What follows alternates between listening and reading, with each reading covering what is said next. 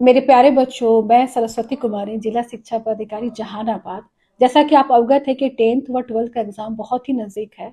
मुझे लगा कि मैं आप सभी के बीच आऊं और आप सभी को मोटिवेट करूं। ये जरूरी होगा कि सबसे पहले आप पिछले वर्ष के प्रश्न पत्रों को एक बार गो थ्रू हो लें और जो इम्पोर्टेंट टॉपिक्स है उसको लगातार पढ़ें। पढ़ने के साथ साथ रिवीजन भी करें। जैसा कि आप जानते हैं कि प्रश्न पत्र का 2 पार्ट होगा, पहला ऑब्जेक्टिव, दूसरा सब्जेक्टिव।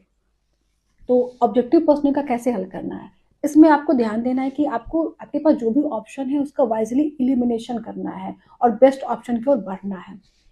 सेकेंड पार्ट हुआ सब्जेक्टिव। सब्जेक्टिव के लिए आवश्यक होगा कि आपके पास जो भी प्रश्न आए हैं सबसे पहले उसे अच्छे तरीके से पढ़ें। पढ़ने के बाद कोशिश करना है कि ज़्यादा से ज़्यादा पाई चार्ट, डायग्राम बनाया जाए। जैसे कि यदि क्वेश्चन पूछा जा रहा है कि खनिज का उत्पादन कहाँ है इंडिया में, तो आप एक इंडिया का मैप बनाकर उसे, जो क्षेत्र जो हमारा मेनली है उस क्षेत्र को हाईलाइट करें, ताकि हमारा आंसर जो हो बहुत ज्यादा प्रेजेंटेबल लगे। अभी ये भी प्रयास करेंगे कि आपका जो आंसर हो पॉइंट वाइज हो, हेडिंग सब हेडिंग में डिस्ट्रीब्यूट हो। एक और भी जो है, जो मैंने अपने एग्जाम्स में फॉलो किया था, वो अनुभव आपको शेयर करना चाहूंगी कि जो आपका आंसर हो वो 3 पार्ट में होना चाहिए। पहला इंट्रोडक्शन, बॉडी और कंक्लूजन। कंक्लूजन को आपको वर्तमान के समय से जोड़ने का प्रयास करना है। जैसे मैं एग्जांपल बताना चाहूंगी, जैसे जहानाबाद में बराबर की गुफा है जिसका हिस्टोरिकल महत्व है, लेकिन जब इस तरह का कोई प्रश्न आता है तो इसे हम कैसे इकोनॉमिक से जोड़ दें।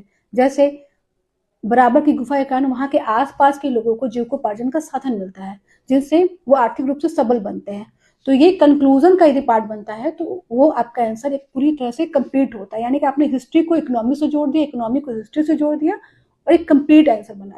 अंतिम में मैं सभी प्यारे बच्चों को यही कहना चाहूंगी कि कोई एग्जाम अंतिम नहीं होता है। अपना पूर्ण प्रयास करना है एग्जामिनेशन हॉल में। परिणाम जो भी हो, आप और हम सभी तैयार हैं उसके लिए। बहुत बहुत शुभकामनाएं।